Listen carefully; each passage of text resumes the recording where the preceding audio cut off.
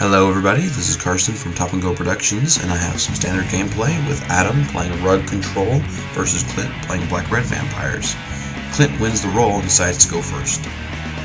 He plays a swamp and casts a pulse tracker and passes the turn. Adam lays down a Misty Rainforest and passes. Clint lays down a Dragon Skull Summit and swings with the pulse tracker, taking Adam down to 18.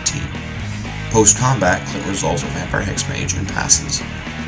On Adam's turn, he lays down a Scalding Tarn and decides to crack it and his Misty Rainforest, going down to 16. He searches for a forest and an island. He then plays an Explore, drawing a card and laying down a second island for the turn, and passes. Clint lays down a Verdant Catacombs and attacks with his Pulse Tracker and his Vampire Hexmage, bringing Adam to 12 life. Clint passes the turn. On Adam's turn, he plays a Preordain, scrying 2 cards and drawing 1. He then plays and cracks a Scalding Tarn, searching up a mountain. He then plays Whip Flare, clearing Clint's board of vampires.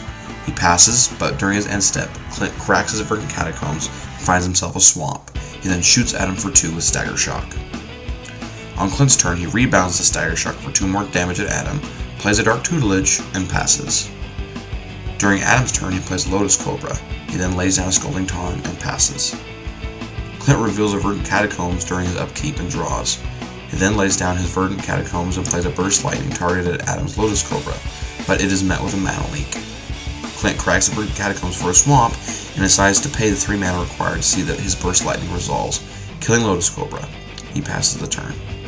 Adam plays an island and sacrifices his Scalding Tarn, losing a life and finding a mountain. He then taps out to play Consecrated Sphinx.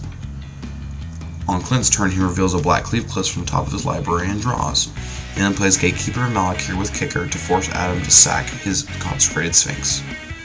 On Adam's turn, he casts a Lotus Cobra, lays down an island, and adds red to his mana pool with Lotus Cobra's landfall ability. He then taps out to play Inferno Titan, aiming 2 damage at Clint's Gatekeeper and 1 at Clint.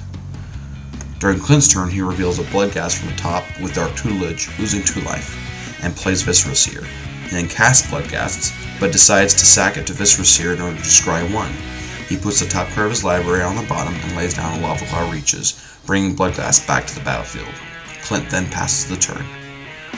Adam taps 4 lands, plays an island, adding red to his mana pool and tapping the island to play a second Inferno Titan, dealing 1 damage to each of Clint's creatures and to Clint. In response, Clint sacrifices his 2 creatures to scry twice, putting 2 cards from the top of his library on the bottom. Adam then swings in with his Inferno Titan and his Lotus Cobra, bringing Clint to 3 life. Post-combat, Adam resolves another Lotus Cobra and passes. On Clint's turn, he reveals a swamp from the top and draws. Clint concedes, revealing a hand with no answers, and so we go to game 2.